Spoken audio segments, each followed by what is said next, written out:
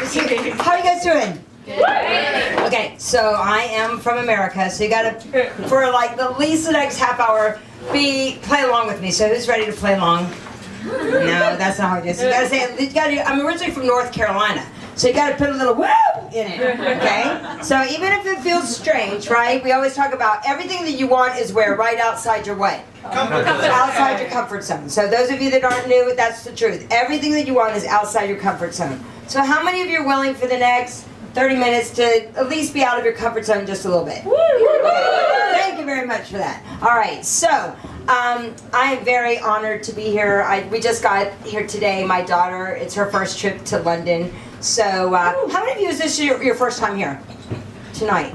So why did you come tonight? Of any of the things you could have done in London, why did you come here tonight? Why? Why'd you come here? Why'd you come? This is where you step out of your comfort zone. Come on. Why'd you come this evening? To be inspired. Okay, what does to be inspired mean to you? To be enlightened. Inspiration to do things? To what? To have what? You can do it. Inspiration to do things? Inspiration to do things. Why else did you come tonight? To learn something. To learn something. Why else did you come tonight? To be empowered. The community. Very good. Why else did you come? To be empowered. To be empowered.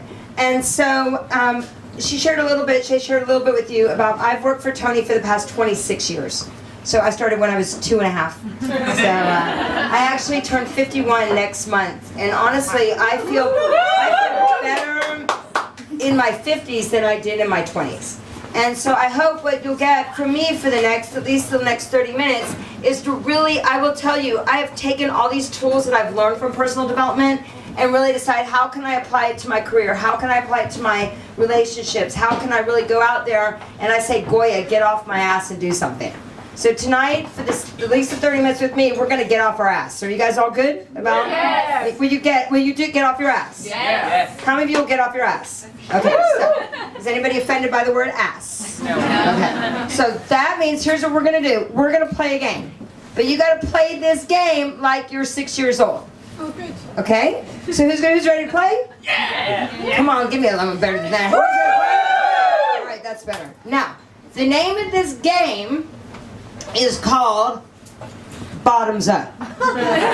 What's the name of the game? Bottoms up. Okay, there's only one rule of this game. How many rules of this game? One. Okay, let's try it again. How many rules of this game? One. There's only one rule of this game. The one rule of this game is everything except your hands must be off the ground for a count of 3 seconds.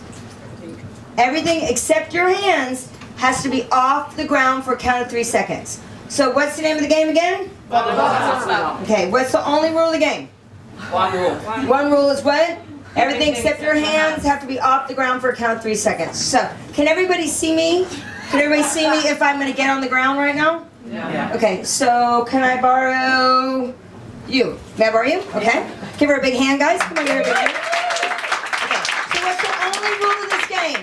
Only rule of this game is everything what? Except your hands have to be off the ground for a count of 3 seconds. So, okay, so come here. Okay, if you can't see, come here, just come on over here. Yeah, come on. Come on now, can you see me? You see us? Okay. Ready? Yeah. There's over there. Is everybody watching? Okay, so what's the only rule of the game? Everything except your hands have to be off the ground for a count of 3 seconds.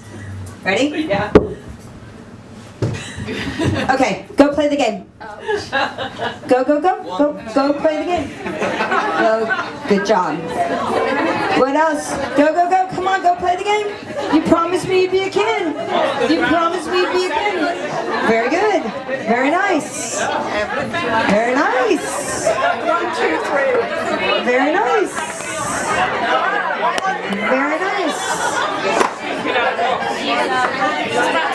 All right, come on back to your seats. Come on back to your seats. Okay. Good job. Okay, so first of all, let me ask you a question. Does it feel different in here than it did 2 minutes ago? Yes or no? Yes. Why does it feel different now than it did 2 minutes ago?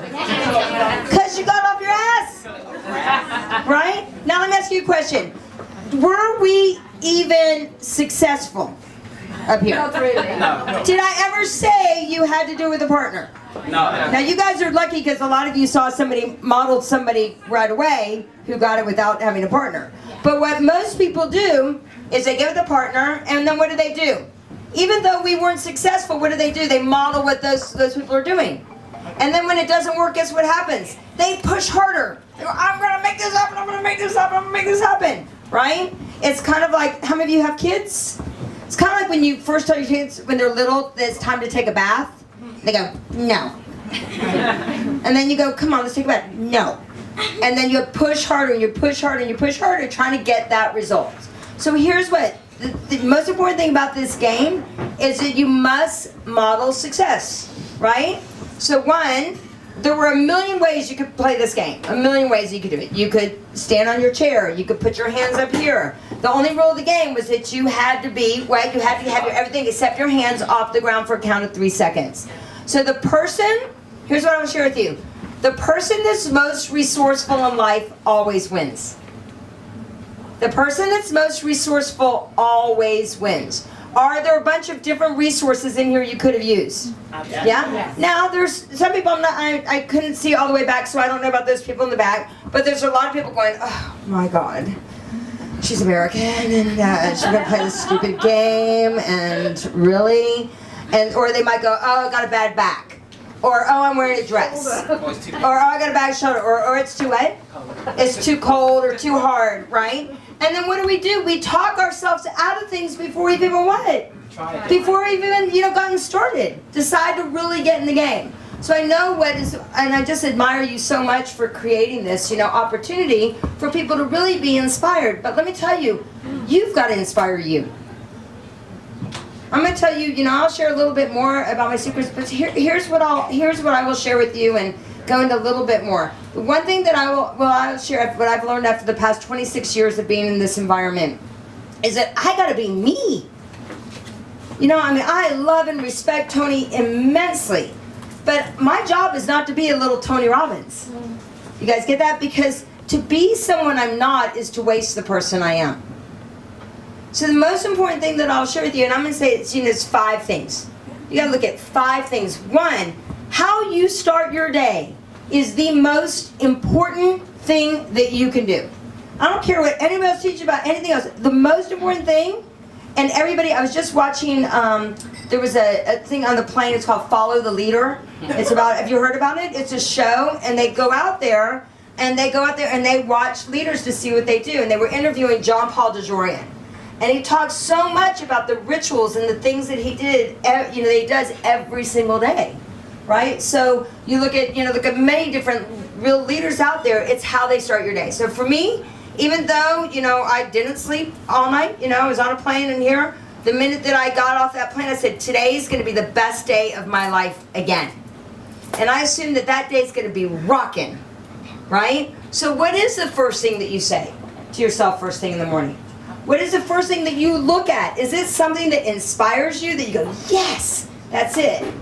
So if it's not, then I'm wanting you to go home. You can choose, you can do whatever you want. But look, look at your surroundings and does this inspire me? When I wake up, am I inspired from the minute that I wake up? The answer should be yes. Maybe you need to put a mirror right there. Maybe you need to inspire yourself. Right? What is it? Does that inspire you first thing in the morning? Second thing, really get out there and really do those things. For me, it's my I am statements. I'm loving, I'm honest, I'm caring, I'm full of faith, I'm God's girl, I'm Tomb Raider type, I'm a sexy mama, I'm hilarious, whatever. And no one can take that away from me unless I give it to them. Nobody. If they go, oh, she's not that. And I'm like, I don't choose to buy that. Right? So we've got to come up with those things. Then you've got to come up with what I would call your non-negotiables, that people can't talk you out of something. What is it? Is it you're grateful for the day? Is it you're, that you appreciate something in nature? And do those things. So that should be like your one thing. How many of you already have great rituals for yourself in the morning? Awesome. So rituals are super important. You got to take 5. I love cell phones. I know that sounds crazy, but I use it where it's to my advantage. Right? I'll schedule what I say 5 minutes. I'll have an alarm that goes off. And it'll say, take 5 minutes, to do squats. I don't do 5 minutes of squats. but the alarm goes off and reminds me that I should be doing it. But an alarm goes off, or at 4:36 an alarm goes off and it says breathe, right? At 12 o'clock an alarm goes off and says think of my gifts and who I can share those with. So that's one ritual. One ritual. Take 5 minutes for your health. If you say you don't have time to work out, take 5 minutes. Walk around the block for 5 minutes. Just take 5. And think about it. If you took 5 minutes for just 5 things, 5 areas of your life. Lots of times Tony will call it the wheel of life. Jim Rohn calls it check up from the neck up. Everybody's got theirs, right? So if you take 5 minutes for your relationship, 5 minutes for your health, 5 minutes for your faith, 5 minutes for your finances, right? Take 5 minutes for your contribution. Would your life change, yes or no? Yes. Right? So, and if anything, I'm sure everybody has, you're doing great in your lives. I'm sure you're doing awesome in your life, but can we get better? Is it our job to get better? Yes? You're either growing or you're what? Dying. You're either growing or you're dying. So it's our job to continually to grow. That's obviously what I've learned. But the other thing is just to really be you. What really makes you unique? What are some of the things that you do here in the room as careers? Just yell them out. Model. Huh? Model. A model, yes you are. A beautiful model at that. Yes. What else do you do? Those of you that are here in the room. Coaches, I know there's coaches that are here. Set designer.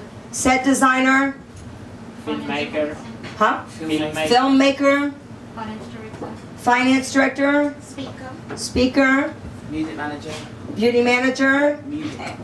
Music manager. Music manager. So there's singer. Energy healer. Energy healer. So there's a lot of different things. Is it all energy? Yes or no? Yes. And if your energy, can you tell when you want to be with somebody, when you go, I am not, I am not, I'm out of here. Yes or no? Yes. No matter what it is. And what is it that causes that? It causes based on that person's state. How they are, what they truly decide to believe in, that they're so grounded and that they know it. They just know that's who they are. And the other thing is, with regard to it is that I believe, that intention is important. One of my dearest friends is John Ashraf from The Secret, and he talks about intention and attention. Those are great, but you got to go do something. You got to do something. There's a lot of people that I know that intend and attend all over themselves, but they talk about it for years. They're preparing, ready, right? And they're busy getting ready, or they get stuck in what I would call seminar soup. People that get stuck in seminar soup, they jump from one thing to another, and they're looking for this like magic beam, but then they forget what? Who do they really have to inspire? They got to inspire themselves. How many of you understand this? At the core, like really at that core level. So what are those things? So first thing we talked about, first thing that you do every single morning. The other thing that I find extremely, what I've seen, whether it be with your kids or whether it be with your business, is really looking at what we call like block times. Like, do you take times and you go, I'm busy, and that you do that? And it might be, you might be busy in appointments, but that could be busy in appointments making sure you're taking care of who? You. That you're really taking care of yourself, right? I will tell you personally, for me, when I really started to do this, learn this one word, my life changed for the better. Like, you wouldn't believe. Anybody know what that word is? No. No. Yes. It was that word no, right? It was that word no, because understanding that those boundaries with regards to, and I was never going to make everybody happy, right? I was never going to really go that. And I remember with the day, it was one day, and I went from being a 45-year-old little girl to a woman. And I was going through my divorce, and I was rocking with my business. I was like on calls, I was rocking, I was doing this, and I was coaching, and doing all these different things. And then a friend of mine called me. And I saw the phone, and I'm like, oh, I got to pick it up. I haven't talked to her for so long. Who's done that before? You're like, oh, I just got to pick it up. And then I picked the phone up, and there's this small talk, and it was nice for a little bit until I started being more aware. And I started looking, and I was like, oh my gosh, the ask is coming. Who knows what I'm talking about with regards to you? You know that they've called you just because there's something that they want. Anybody know what I'm talking? Yeah? Yeah.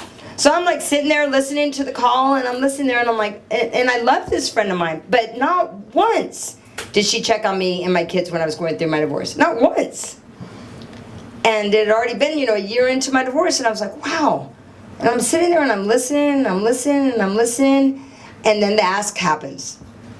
And she asked me to do something, and I knew it was going to take away from what needed to be a priority for me, which was actually to put food on the table for my kids, right? And I'm on the road about 160 days a year. That's a lot of time on the road. And I remember taking a big, deep breath, and I remember going, you know what? And I said her name. I'm going to have to say no. And it's that day, and she's like, okay. And I'm like, wow, that was really good. Right? I was really proud of myself. And that day, my life shifted because I decided, for me, I decided what I was really going to say yes to. And then I started dating. Anybody ever dated? And I met my now husband. And when I met him, somehow, I actually was in London, now that I think about it. I was in London, and he just happened to send me a picture that a girl by accident sent him of her. Her taking a selfie, and it kind of came to me. You know what I'm talking about now? You guys know what I mean? And I was like, I think you sent this picture to the wrong person. And he's like, oops. And I'm like, dude, you don't get it. He's like, what are you talking about? I go, you freaking don't get it. And it was right after I had my no. I said, I am the freaking catch. And he started laughing. And I go, no. You don't get it. I am the freaking catch of the century. And he's like, and then when we got back, he goes, you're really serious about this? And I go, oh no, I'm serious. I am the freak. If I don't believe I'm the catch of the century, who else is going to believe it? Do you guys understand? Yeah. And I think so many times we really take for granted that of getting ourselves ready for the day. I'm serious. I mean, can I coach? May I coach you? Yeah. Who feels that they are in a really great space right now? Right? The rest of you, why aren't you? Why aren't you in that really great space? Taken by what you said. Why aren't you? Because what causes us to do that? What causes it?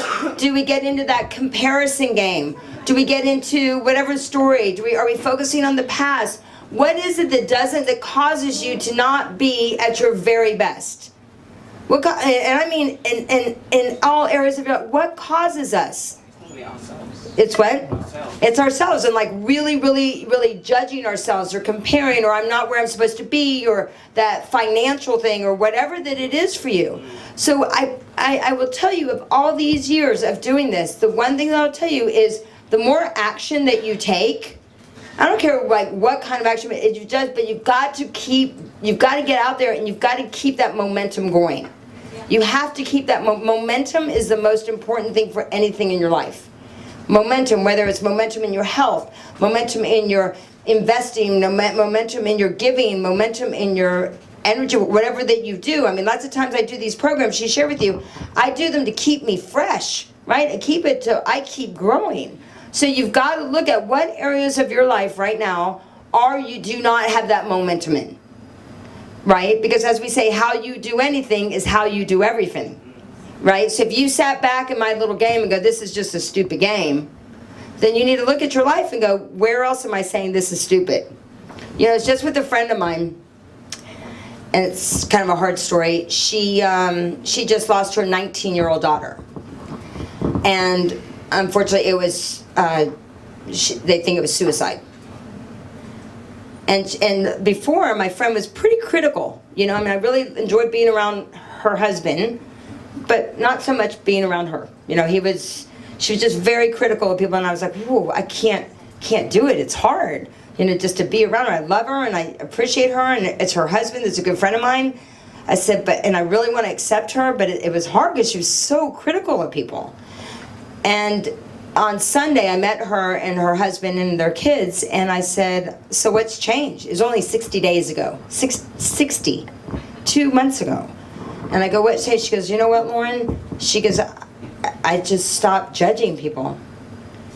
She goes, and I feel like maybe my daughter realized that I had to just find myself. She goes, I had to like get me back, and if that's what it took, I mean, what a gift that she gave me, as hard as it is to say that. She goes, but, you know, what was it? You know, she goes, so I can't sit here and judge how she passed. I'm just grateful for this gift. So what part are you really like not really looking at it, or are you going, oh, you know, it's stupid, or oh, this is this, that? What part? I mean, you know what part it is. How many of you know what part it is? Who knows it? I'm just, right. So that's another really important thing for you to do. So everybody stand up real quick. Stand up real quick. And go to somebody and meet somebody you do not know and tell them at least 5 of your I am statements. At least 5. At least 5 of your I am. All right, come on back real quick because I got just a couple minutes left. So real quick, how many of you have gotten value out of this last 18 minutes? Oh yeah. Okay. How many of you have gotten some value? Make some noise if you got some value out of this last 18 minutes. All right, awesome. You know, how many of you have been to a Tony Robbins seminar? Anybody? Anybody been to a Tony Robbins seminar? And I was just sharing with a friend of mine that years ago, I was asked to, there's a guy named Joseph McClendon, and when Tony can't speak, he teaches the 2 of the days of his Firewalk weekend. And Joseph couldn't go do this event in Kuala Lumpur, and he goes, Loren, I need you to go do it. And I'm like, Joseph, I can't do it. I've watched all these videos of you, I can't do it. He goes, what do you mean you can't do it? He goes, you talk health every single day. You teach it like every single day. And I'm like, Joseph, I can't do it. He goes, Loren, stop, you can do it. I'm like, Joseph, it's like 7,000 people. I go, I can't do it. And he goes, why can't you do it? I go, you're so funny. I go, and I'm just not that funny. And he goes, but you're real. And what people want now more than anything, you know, is they want to see what's real. They want to see what's real. They want to see what's raw. They want to know that they're not alone, right? They want to know that that's what's a beautiful way, you know, for us to share, is let people know that they're not alone, right? So right now, it's our responsibility to inspire ourselves and to inspire others. Because you never know what that one thing that's going to do that changes someone's life. You don't know. It could be a smile. It could be a high five. You don't know what it's going to do, where someone's going to just go. And you know, you might find out, which is my last 10 minutes that I'll share with you guys. But I want to end with a story. It's a story, one of my favorite. Anybody read The Prayer of Jabez? The book. Oh, you've never. Go get it on Amazon. It's like 99 cents. And in this book, in a hard copy, yeah, it's in this book. No matter what your religious beliefs are, the book starts off like this. It says, "God bless me indeed." That means God wants you to be happy. And the second line of the Prayer of Jabez is, "And expand my territory." That doesn't mean it's always going to be easy. I promise you that. I mean, where does growth happen? During the tough times, right? So the second line is expand my territory. So make me stronger. Make me inspire myself more. Make me go out there and really be able to say, you know what? I'm on. Bring it on, baby. That's what the second line is. So in the book, this guy dies and he goes to heaven. And he's met at the pearly gates by St. Pete. St. Pete goes, welcome to heaven. He goes, here in heaven, you can do whatever you want. You can eat whatever you want. You'll never gain a pound. You can shop. You don't have to pay for a thing. We've even got a Harrods here. That would be nice, huh? And he goes, there's only one rule here in heaven. And that one rule in heaven is you can't go through that one door right there. The guy's like, all right. So he's been around heaven a couple days. Second day, he walks through and he notices that door's open about this much. So what does he do? He goes through the doors because obviously there's no security cameras in heaven, right? And he goes through, and as he's walking, he notices that these ginormous boxes, that they're about as big as this carpet. And as he's walking, the boxes start piling up even more, and piling up even more, and piling up even more. And as he gets closer, he notices that every box has a ribbon on it. And as he gets even closer, he notices that every ribbon has a name on it. And so what does he start to do? He looks for what? His name. And he finally gets there and he sees his name and it's way up high. So he gets on the forklift, he gets up there and he starts pulling down his box. And as he's pulling down the box, guess who walks in? St. Pete. And St. Pete said, I thought I told you not to come in here. He goes, but but the door was open. I had to go in. He goes, and it's in heaven. It's got to be something great in there. And St. Pete says to him, before you open that box, let me tell you what's in that box. He goes, in that box is everything you could have had on earth if you just would have asked for it. Every person that you wanted to help, every foundation you wanted to start, everything, every company you wanted to build, everything, if you just would have asked for it. And that's why community like this is so important. You know, the beautiful thing about community like this is one, you get to be inspired, right? Two, is you don't know what resources are around here. So it's your responsibility to ask. To say, here's my big plans. Here's what I know that I'm here to do. Right? There's another, I don't mean to depress you, but some inspiring, I guess, depressing things have been happening this week. Mm-hmm. My daughter goes to a school, and 8 years ago, a little boy he passed away, and the parents decided instead of taking that one experience that they would turn something beautiful from that experience. And this little boy, his name was Josh, and he was like one of the kindest little boys that anybody knew. And they started a foundation, and it was really cool. What they did was they gave these little cards out, and in there it was the valet guys in Las Vegas that were supposed to give it to customers when they were nice to them. How cool is that? So the valet guy, instead of you giving the valet guy a tip, the valet guy would give you this little card with a $5 gift certificate in there, right? So it was called the Be Kind Foundation.